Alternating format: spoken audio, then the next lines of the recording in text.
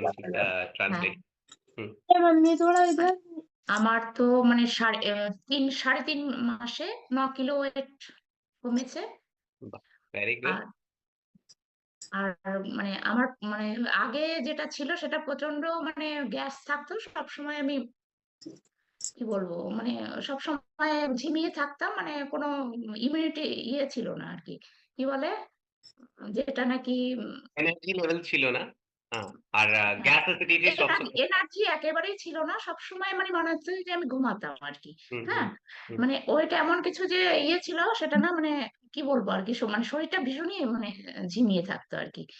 তারপর সেই আমার মেয়ে তো এখানটা করে আরকি। সেই কি বলবো? ঠিক আছে, বলতে একটু অসুবিধা হচ্ছে। আমি বলে দিচ্ছি।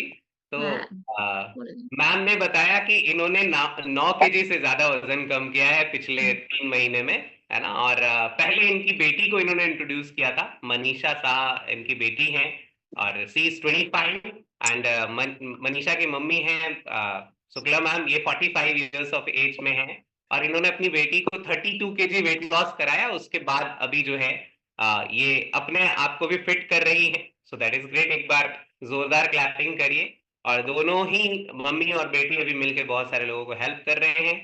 तो thank you so much Shukla ma'am. और थैंक यू। आज मनीषा